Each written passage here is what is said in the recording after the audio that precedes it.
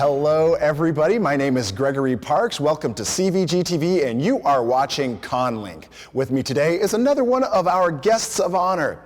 We have Jack Zipes with us. Jack is a professor emeritus of German and comparative literature at the University of Minnesota.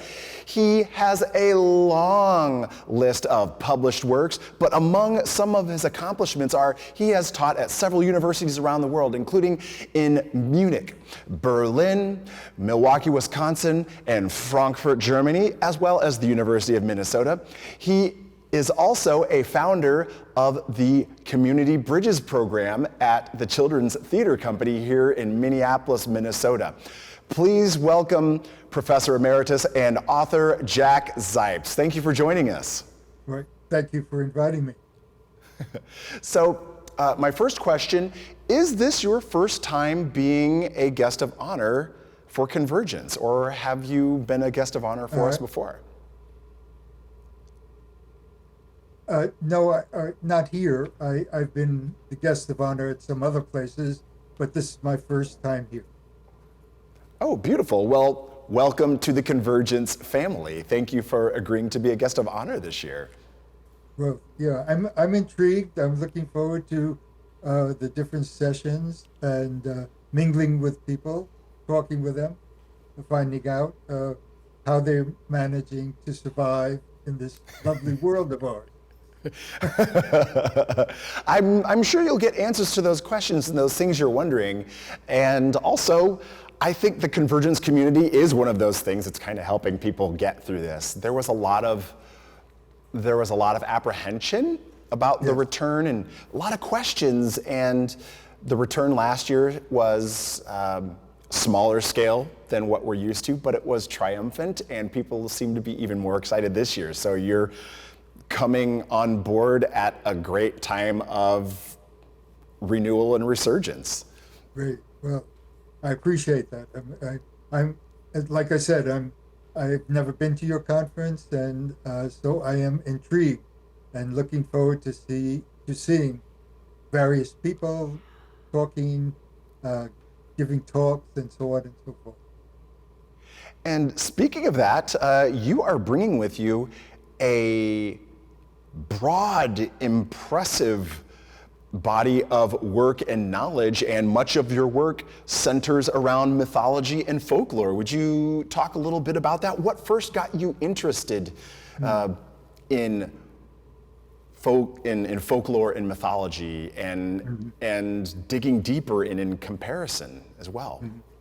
Well, many years ago, when I was studying at Columbia University in the 1950s and 60s, I had a great interest in fairy tales. I developed a great interest, let me put it that way, in fairy tales. And as I moved on to teach at universities, I became intrigued with Bruno Bettelheim's work and Freud's work and so on. They all had these theories about how children reacted to fairy tales, and they of course had their own standard Freudian take or Jungian take on these tales, and I smelled something fishy. People just don't automatically react the way theoreticians think they react, and so I decided to start going into public schools, into elementary schools. This was when I was teaching at the University of Wisconsin in Milwaukee, and I began introducing all sorts of tales to the children and watching how they reacted, and formed little groups among them after I would tell a story or have them tell a story, to see how they would interpret a particular tale or react to a particular tale.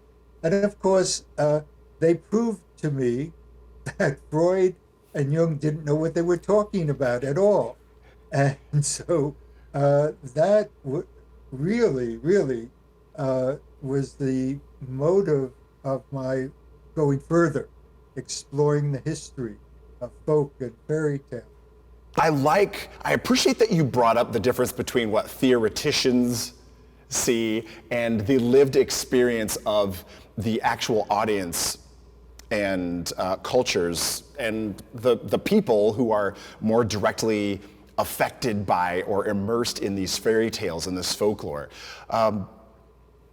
What are some ways in which you see that being kept alive in the current world? You mentioned the Community Bridges program, which did enjoy a vibrant life, and that and other theater-based programs still seem to be enjoying some community engagement. How are ways that you see those foundational effects of folklore and fairy tales, how do you see those still being kept alive and evolving in today's world as the world progresses?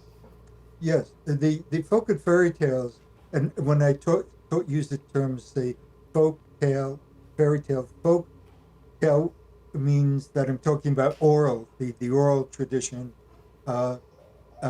and the fairy tale is more or less from a literary tradition. Often they come together, and they live off one another. The literary fairy tales stem actually from these wonderful folk tales that were traditionally told by peasants and also by people in the past of all different types of trades. And of course, when technology arrived, we have movies, we have opera, we have ballet, and so on.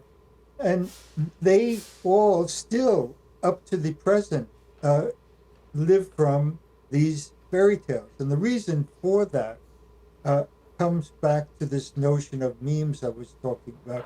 Memes are information that stick in our brain that enable us to survive in the world of art. So if we take a particular tale like Hansel and Gretel, which is a tale about abandoning children, well, that still goes on, right, in our lives. Yeah. So Hansel and Gretel has been developed into a movie, into movies, into novels, into you name it. These fairy tales don't leave us. They're so important. They give us information about how people have lived under same or similar conditions so that they can work it through in a different way so that we can change the world and become more humane. Right now, I would say that dogs are more humane than humans. I'd like to talk about that a little more because when I was reviewing some of your works and the things that you focused on,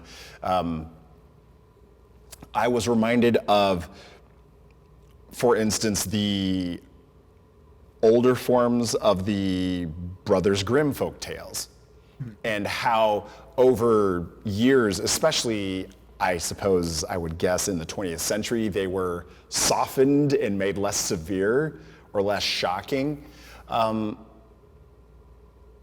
How do you feel the best way is for us to, and by us I say, mostly I'm lumping in mostly adults, because some people are earnestly concerned about the welfare of youth and don't want to traumatize youth while still trying to engage them and educate them and even help protect them or learn how to protect themselves.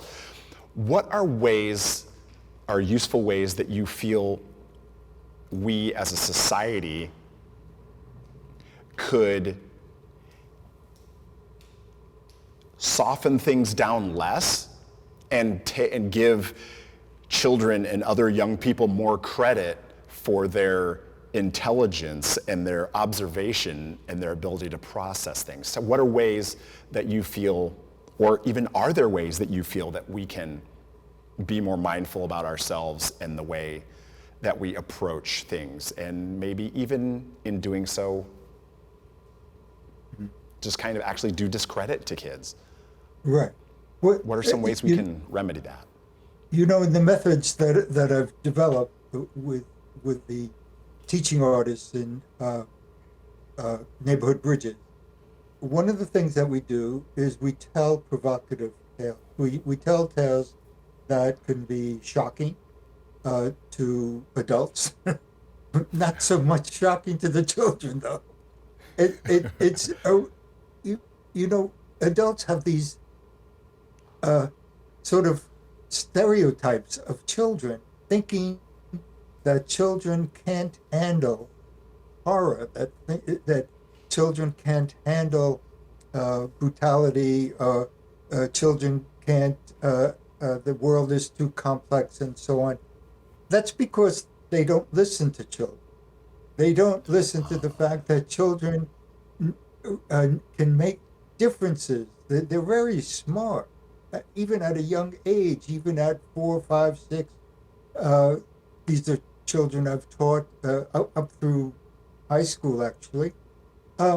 It's But you have to give them space after you tell a story, so that they can respond to it, and you can understand or learn from them about how they're feeling, and so that we can share a discussion which might lead to certain, let's say, we can resolve certain problems that you may have in class.